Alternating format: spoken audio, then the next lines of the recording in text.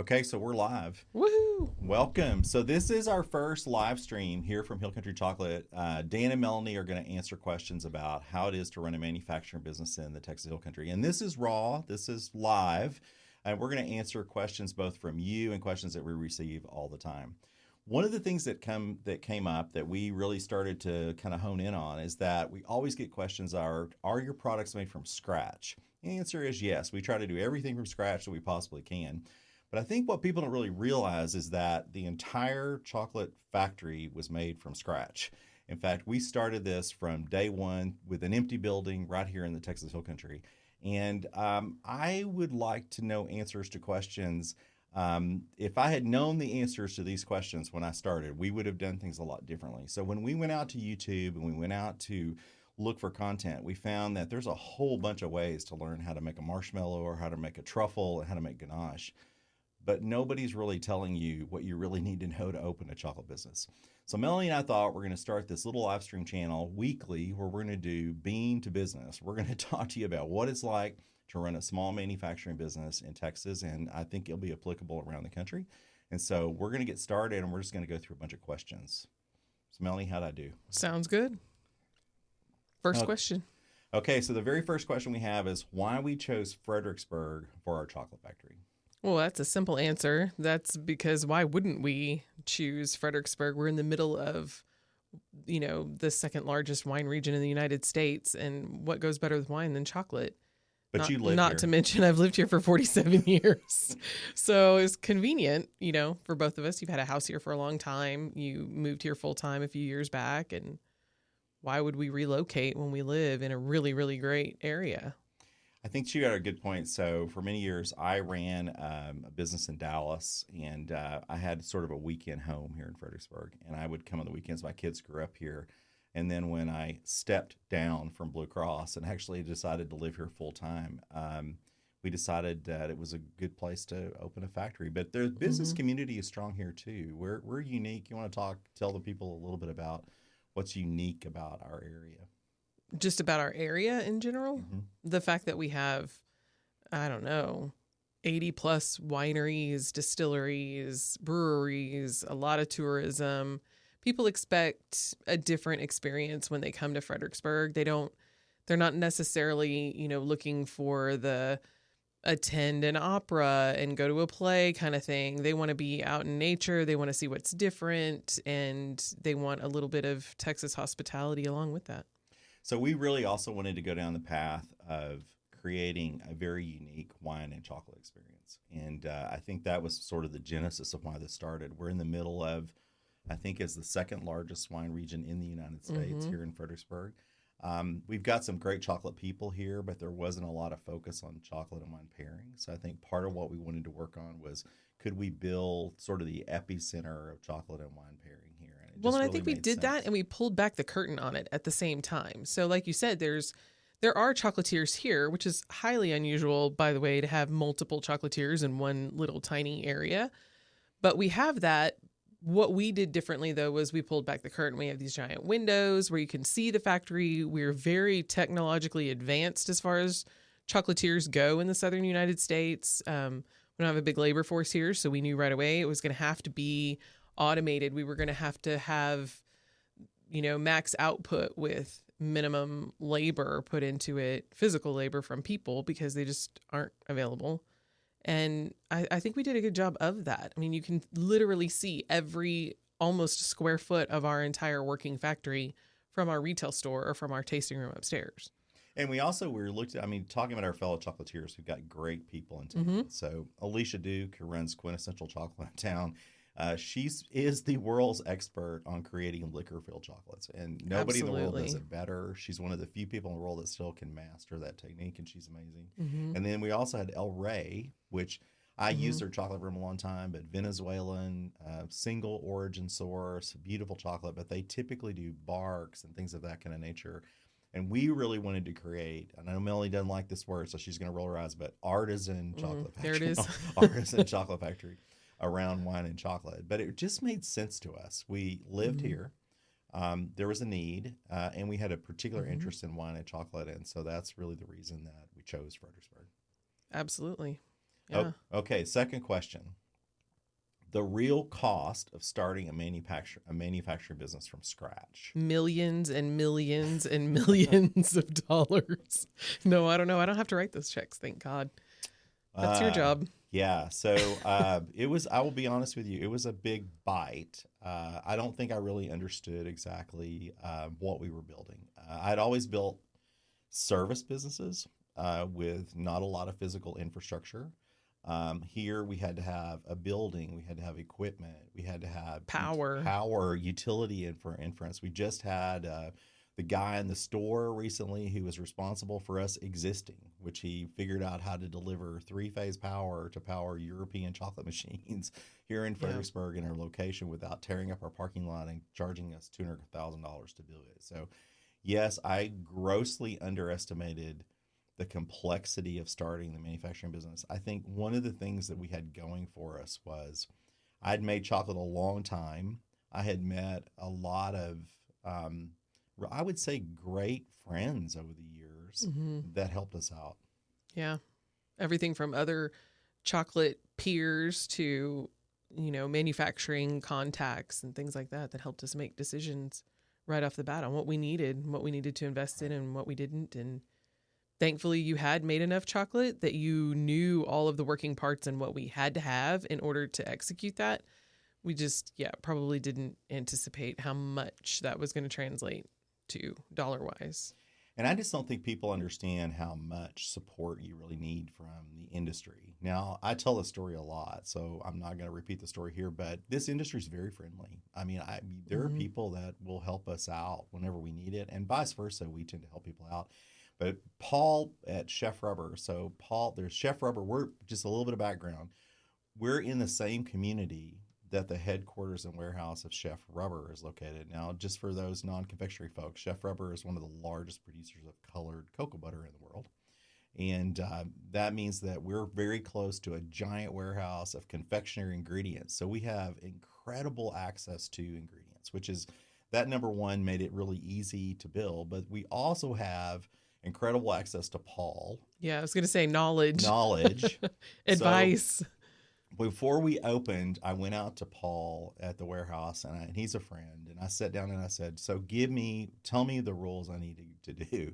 And I remember I wrote them down in my phone, and we did every single one of them. Every single thing he told us to do.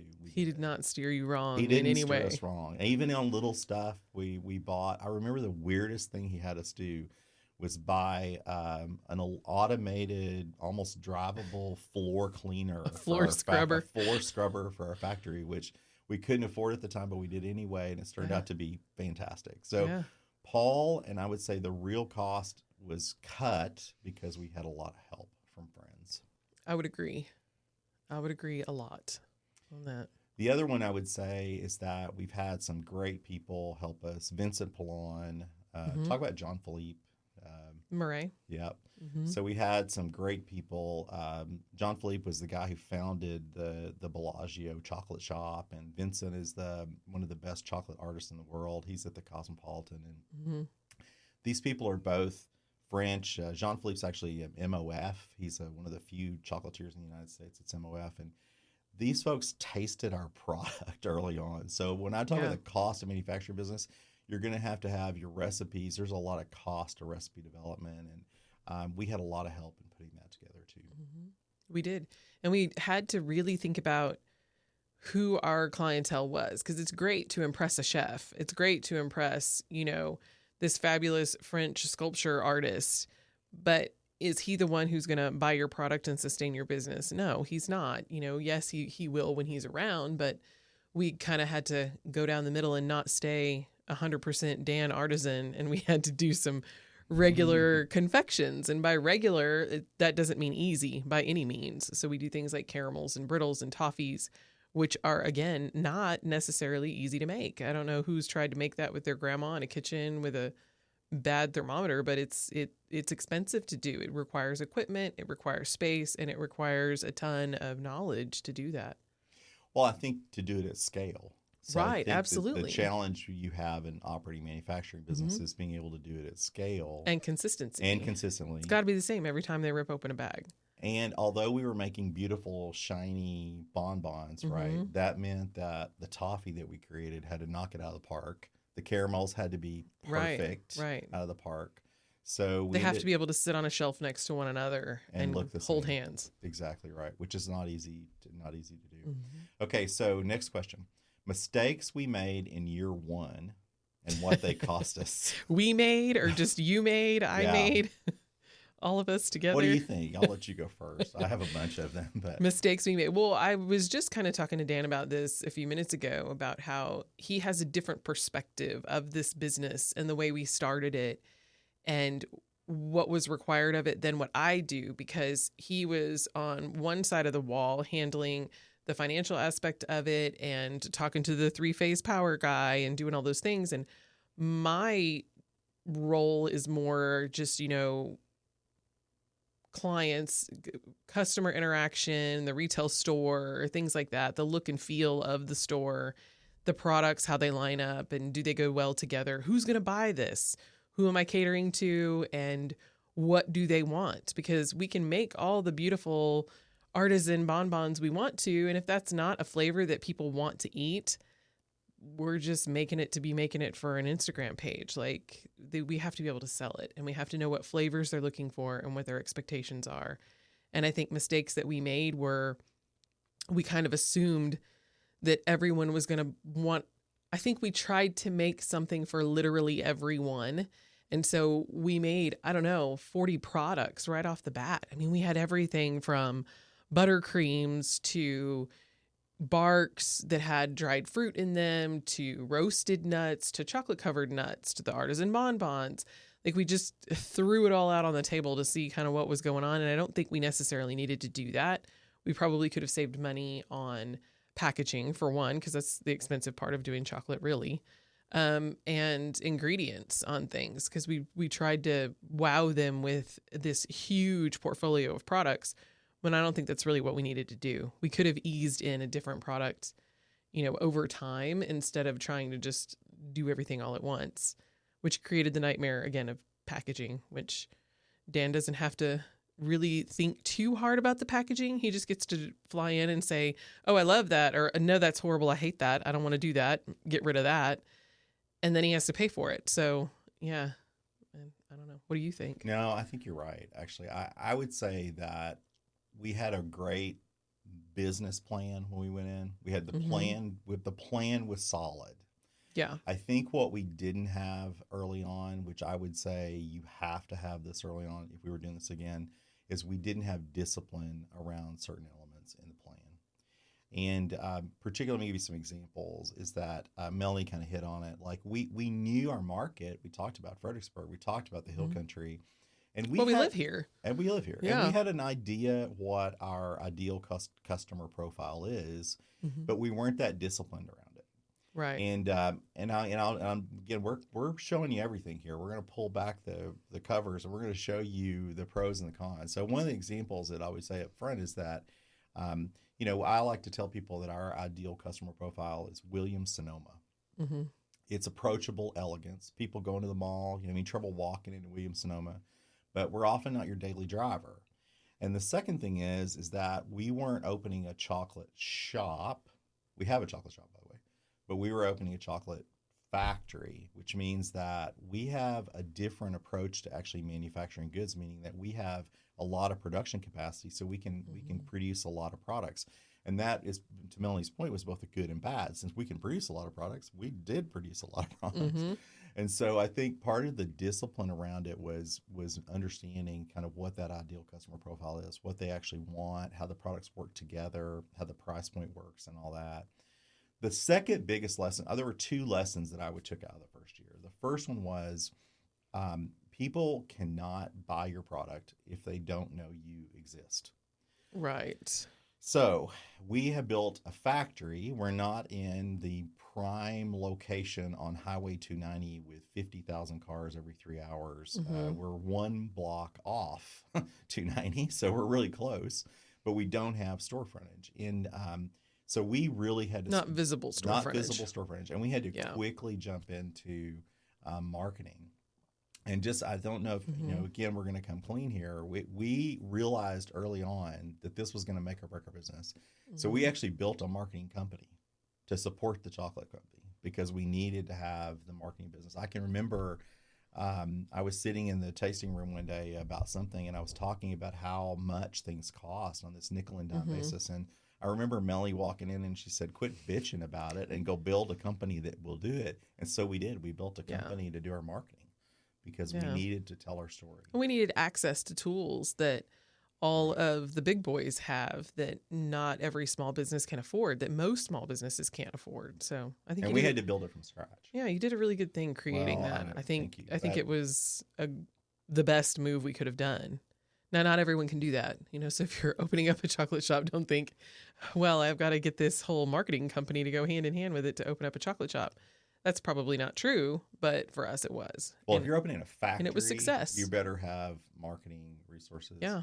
And then this was minor, but I just remember because it was such a big deal, was the fact that we didn't have what I would call good processes in place for managing like communication. So I remember when we launched our e-commerce store, I just remember all of a sudden we started getting questions, and they were all positive generally, but there were questions from people, but they came in on Facebook, Instagram, I think YouTube. They were coming in on email, phone. Yeah. I think we just underestimated how many people were going to contact us or ask a question. Like we thought, oh, we're going to put it out there and we're telling you what the products are and you're just going to know and you're not going to have any question. And sure enough, they had questions in every outlet coming at us from every direction. And then Melanie would respond to a question, and then I would respond to the same question, and the person would get two different answers. Vastly different answers, because Dan has a philosophy of 7-star service. Yes. I'm thinking if I can deliver 5-star, that's great.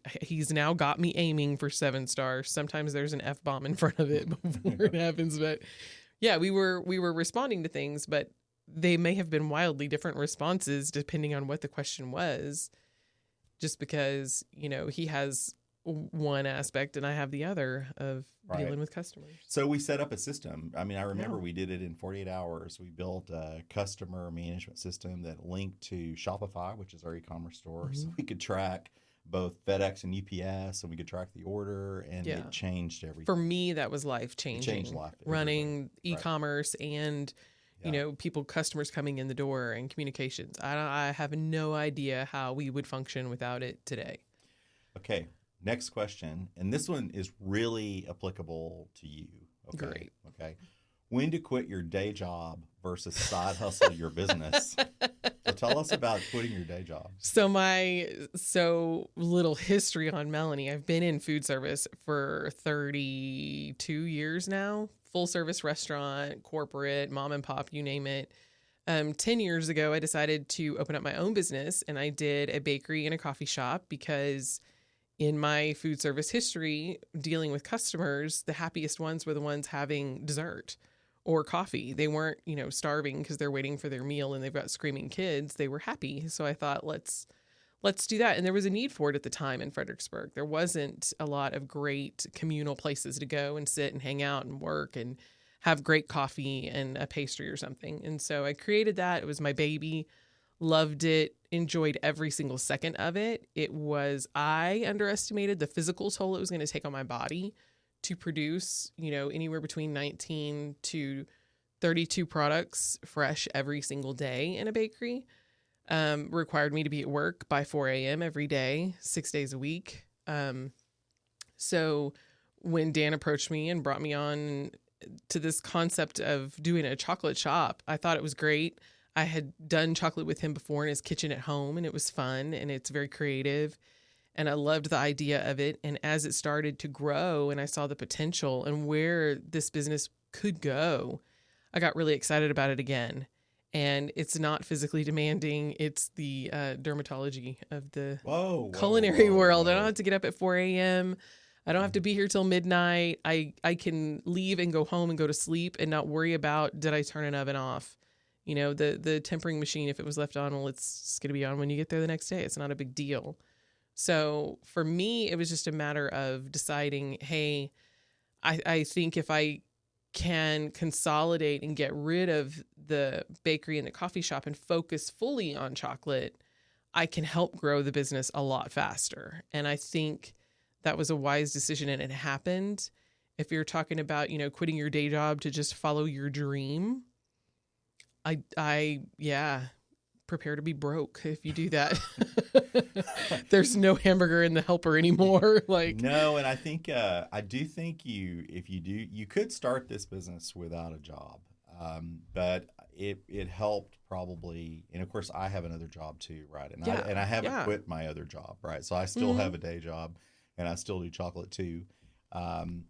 Melanie, though, works full time for us now, which has been fantastic. It's changed my life to have her there full time, and she helps to run the daily operations of the chocolate factory and allow me to be more strategic, whatever that word is, but to be a little bit more strategic. Yeah, strategic, and as of late, just stepping back. I'm stepping back. Yeah, I use that term a lot. So if you perfect anything around Dan in his personal life or his work life, if you execute it and you do a really good job of it, suddenly you're in charge of that. It's just to be fair, we have assembled a fantastic team of people. Absolutely. They're like world class. I mean, we've got world class people working for us. And so for me, I know that when I don't need to be there, I don't need to be, stepping in and getting involved in one of our sous chefs job. I can tell he knows exactly what he's doing. I don't need to. You can tell because he tells you. He tells me that he knows what he's doing. But even though I like to taste and I do a lot of recipe development, and I still spray chocolate molds and do all that kind of stuff too. I still work for Melanie, but Melanie's officially my boss now. That's the way that it works. And that brings the next question. Let's answer this question here. Building a business with your spouse. Honest pros and cons. So to clarify, everyone thinks Dan and I are married. We're not married. I'm his work wife. He's my work husband. That just means I spend the money and he pays the bills, and I tell him what to do. And 99% of the time, he just does it. And we fight a lot. We do. We fight a lot, actually. We're great friends, and we know each other so well. I would call us family. I mean, my kids think of you as family. Your kids think of me as family. I think if we were actually married, it wouldn't be for long. We would be divorced if we were running a business together. I've never run a business with a spouse before, and I've had them, and so have you, but we've never actually done that. I think it would be hard. And just so you know, just the community that's out there online, you're very kind, Melanie, and often not so kind to me, because many times, obviously, I walk around in my white, pristine Thomas Keller looking outfit, right? Yeah. We know that's pressed, and I do the TikTok or whatever, and I'm always filming Melanie working. And almost every single week, I get a text message or a direct message from somebody going, you should help her out. She's your wife. You should help her out. And that's pretty, I do get a little bit of feedback. But I think it'd be really hard to run a business with your spouse.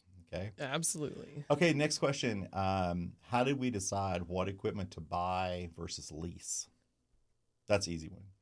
That is really easy. I mean, we only lease one thing, don't we? What's that? The dishwasher. Oh, that's true.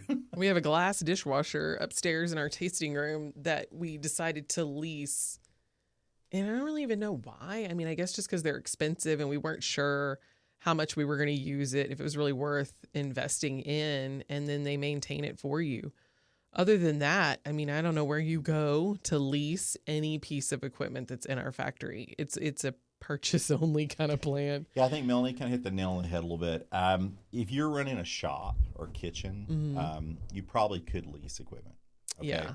When you're running a manufacturing business, though, where you're actually having to have precision equipment that has to be dialed in, and it's often hardwired to the wall, and there's all kinds of, three-phase power that if you unplug it or unhook it back up again, or a different machine, it's going to run backwards and stupid stuff like that. You really can't do that in manufacturing. Well, we even have a piece of equipment that was literally built into the building. Right. I don't even know if we can take it out. Actually, there's two of them. Right. So, I mean, you're not going to lease something and put it in your space that they can never take it. Well, it would be very expensive to change it. Absolutely. Yeah. Right. Yeah. And she's referring to air. We have probably one of the most expensive in equipment pieces that we have. Is always shocking. Nobody ever sees it, but it's we have an air compressor. Yeah. And because we use a lot of air. That's one of our big ingredients in chocolate Yeah. is we use air to spray our molds and to run our machines, and all the processing machines have pistons and things that run with air all the time. Air is a big, big, big deal for us.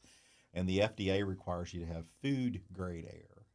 And the food grade air is huge. It requires multiple filters, all kinds of different safety mechanisms. You have to have a special air compressor for that. It's extraordinarily expensive, and we actually built an entire room for it that's almost specialized just for that. This was not like a Black Friday purchase from a home improvement store air compressor. This was a serious investment. And this is probably, here's the next question is, the unsexy parts of entrepreneurship that nobody talks about. Whoa, there's a lot. So you've been an entrepreneur a lot, probably your whole life. Yeah, there's very few parts of being an entrepreneur that are sexy. I mean, I think most of them are not. You look at an Instagram feed and you see the one sexy part, the finished product, the money shot. Other than that, no, none of it is sexy. Having to, again, if you're starting a business yourself, you're not taking a paycheck right away. That's not very sexy. Like, you better hope that you still have a great wardrobe and plenty of expensive makeup to last you for a while, because you're not going to get paid.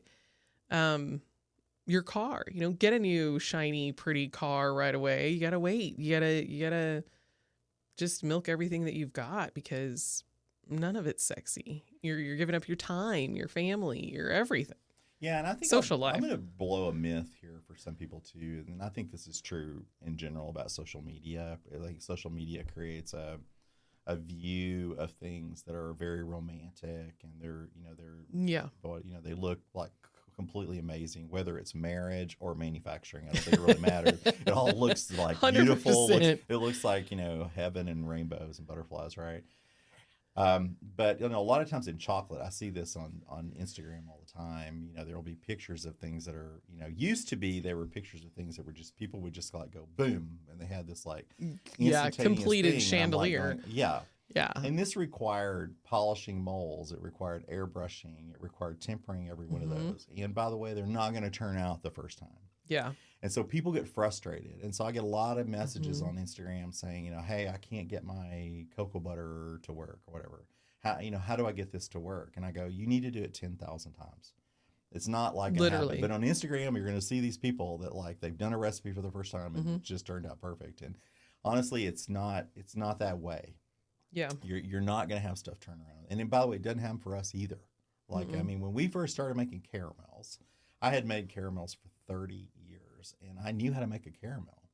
I didn't know how to make 200 pounds of them at a time, and to make them pretty. And to Melanie's we were enrobing them too. So yeah, you can make a caramel, but how do you make 200 pounds of it that you can cut and get it from beginning to end? That quantity takes a lot longer. And Melanie hit it on this before, but we had to have products that would sit on the shelf. Like a caramel would have to sit on the shelf next to an artisan bonbon, right? That was hand painted and all this stuff, right? Which meant they had to look like they came out of the same factory. Yeah. Well, I'm going to let you in a little secret. When we first started making caramels, we made hundreds of pounds of caramels. We ate a lot of caramels. We made so many caramels the very first year that we melted them down for Halloween, and we handed out caramel apples for free to get rid of the caramel. To every kid in Gillespie County that came by the chocolate factory. I mean, that's what we did, because we made caramels, and they weren't perfect. Not that perfection is where you exactly need to be, but they were fat. I mean, look at me. They had like rounded edges. That's what I tell people, because we were cutting them wrong. They weren't molded the right way. And honestly, it was that whole story we've told today. It was Paul working with us. We reached out to people on the West Coast. We perfected our recipe. We realized we couldn't use Celsius anymore. We needed to use Fahrenheit. We got really disciplined around our recipe. We came up with a new process, and it worked. But again, that's the beauty of our industry. The whole chocolate and confectionery industry is so friendly and so kind that since there is no, dedicated school for that, if you're a professional and you have really just nailed a recipe, you help everybody else. Somebody calls you and asks you for advice, you just help them. That's just what you do. No, and I So guess my point is that if you saw a picture of our caramels online early on, you might think, "Oh, wow, they just spit out a caramel." No, it did not work. It's not no, sexy. You're gonna make a lot of mistakes, and it's just not going to be that easy. nope. Um, okay, here we go. Here's a good question for you: setting prices when you're a premium brand in a commodity market. So yeah, you're going to hear that. You're going to hear, and I think the culture now is kind of coming back around for home-based bakers or for cookie decorators or even people in the confectionery world, because a lot of chocolatiers are just mom and pop. They're doing it out of, their office or their garage or whatever. There's finally a movement now where people are encouraging you to price your products for what it actually costs to create that. But still consistently, you're going to get customers coming in and going, why is it so expensive? Why is your chocolate so expensive when I can go, to the drugstore on an end cap and I can get 3 for $5 and yours is $10 for one? Well, there's a whole lot of factors that go into that. I mean, for the most part, it can be anything from the quality of packaging, the fact that it is an artisan bonbon and it's a specific size and you have one size mold for that. So the cavity of tray that you have for the packaging all has to match and you have to source that. Sometimes you can get it in the US, sometimes you can't. Those are all factors that play into that, and that's not even ingredients. So then there's the ingredient cost of, we're not complete mom and shop just building out of a garage. We can purchase a little bit more, larger quantities of ingredients, but we're still not able to buy, mass amounts so that we can get that huge price break and pass that along to the customer. There's just a lot. And then our real estate, our footprint. I mean, we're a tiny manufacturing facility. We're located in Fredericksburg, Texas. We're like the Aspen of Texas. It is expensive here, but it's expensive for a reason. We have clientele. We have people right at our door, hopefully buying product. There's a ton of reasons why. And yeah. Well, and this community has not built a lot of manufacturing businesses in the last 25 years. In fact, very few. Most of the community is actually not even zoned for this type of manufacturing. We're in like one of 6 acres in town that Billy's zoned. The other thing too is that we use ingredients that are just not made in the United States. So, and we made decisions early on that we were going to use very high quality ingredients where it mattered. And a good example is chocolate. So, we're trying to be 100% Felklin shop. Felklin we think is one of the best chocolates in Switzerland, and that's what we use here. They're fantastic. Sourcing it is a challenge, but in the last 3 years, we've seen chocolate prices go up 400%. Now this is a story that is it's not unique to our business, and I think that's one of the reasons we're doing this Bean to Business show, is that it's not unique to the chocolate business. I'll give you a really good example. In Fredericksburg, we are blessed to have great barbecue. And there's a barbecue place in town, Acre Barbecue, Eaker, Lance and Boo Acre. They great friends of 50, ours. Good friends, whatever. Lance came in and he said, wow, Dan, chocolate prices have really gone up. And I remember looking across to him and I said, I know, they're the same price per pound as brisket, right? Because it's true. Because it's the same price. I mean, meat prices have gone up. We also pay a tariff on many of our ingredient products because they're imported. And so it's created some challenges on pricing. We've really attempted not to raise our prices. Well, the only way we can do that is because we're such a small team, again, and we're willing to. So one of the things that's really helped us not raise our prices has been the fact that we've gotten more efficient. So we aimed at that. We saw what was coming on chocolate prices, and so we did all the stuff we could do. We bought as much chocolate in advance as we could buy, thinking that we would buy enough. We didn't. We got busier the second year when all this went down, and it just didn't work. We didn't have enough. We ran out. That was part of that. Secondly, though, we got more efficient. And a good example would be like making bonbons. And I mentioned this on Instagram. When you first start making things don't turn out perfect. And so you have, in the industry, what's it called when we have product that doesn't make the final cut? what do you call it, reuse or something. You've got to Oh, you can remelt. remelt, right? We don't do that Yeah. here, by the way, but in the industry, there's remelt where you can take some product and you can reuse it again. Well, because we're just working with sugar. So Yeah, you're yeah, thinking, yeah. oh, we're And- going to melt it back down and yeah. start over. Or But toffees you or lose something. quality when you do do lose that. quality. And there's nothing wrong with doing that. So Mm-mm. people that are doing that, I'm not speaking bad about you. I'm just saying we just don't really do it here.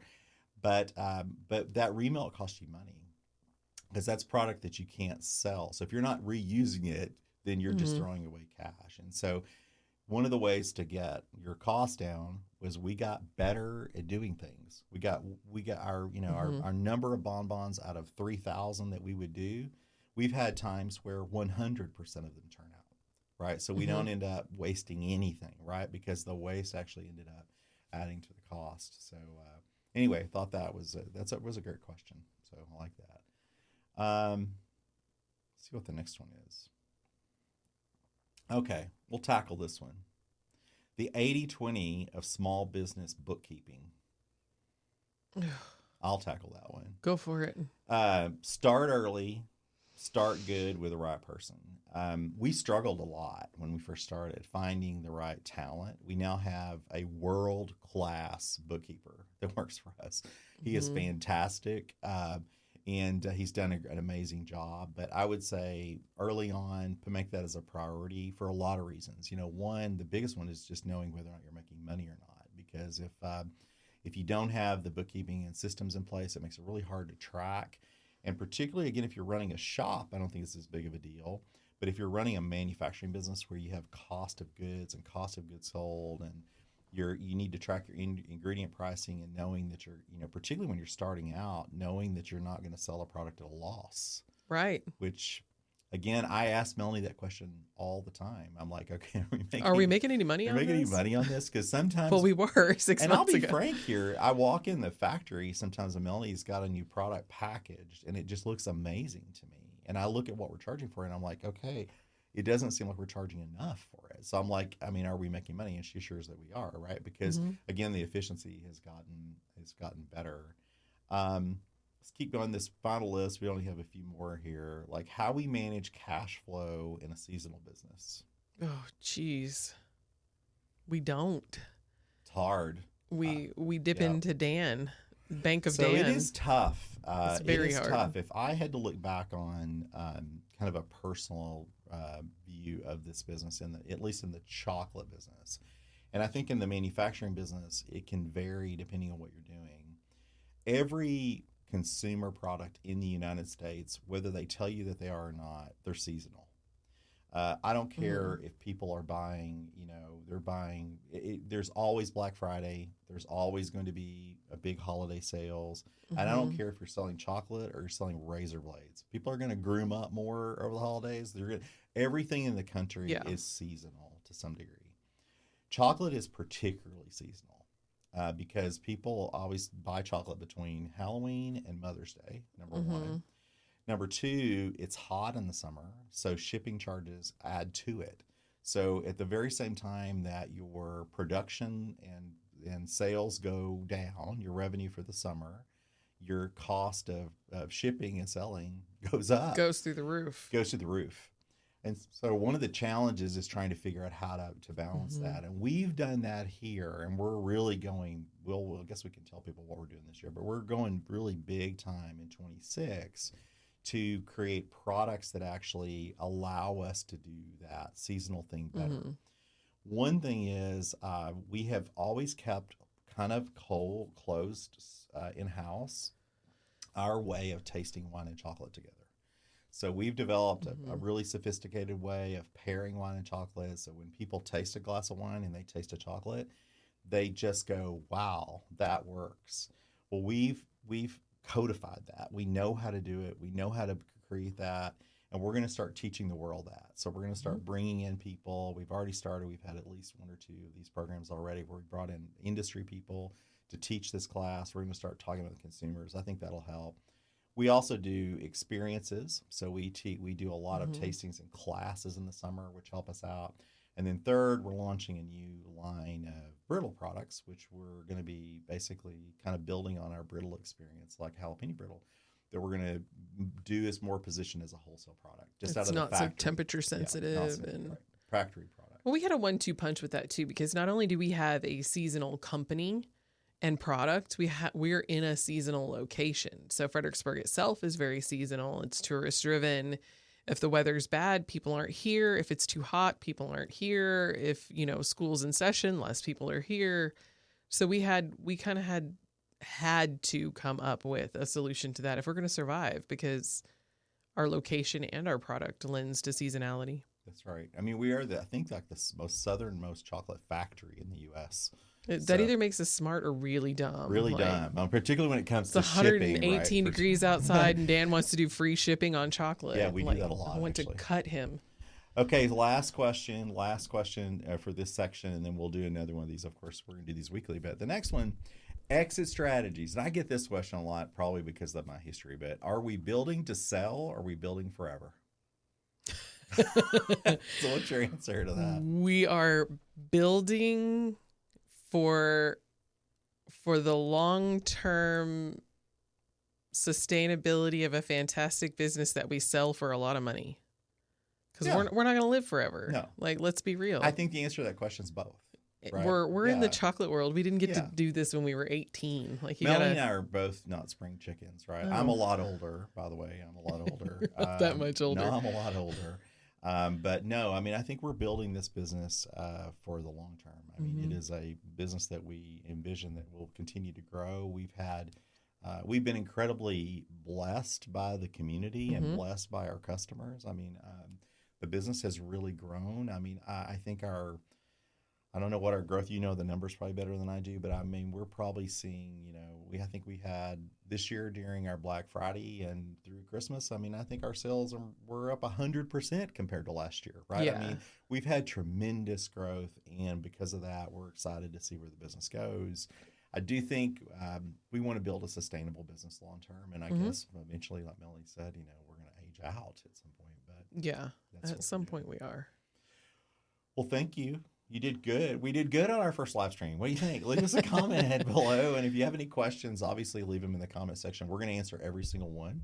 And if you have a question you want us to address in one of these episodes, then send an email. And you can send it to info@hillcountrychocolate.com. Melanie reads. That's me. That's Melanie. And she reads every single one of them, and we will respond to you. We do help chocolatiers all around the world to give them advice. We host people in our factory to do trainings and classes. And so reach out to us and interact and let us know what you think about these live streams. And until next week, thanks for joining us.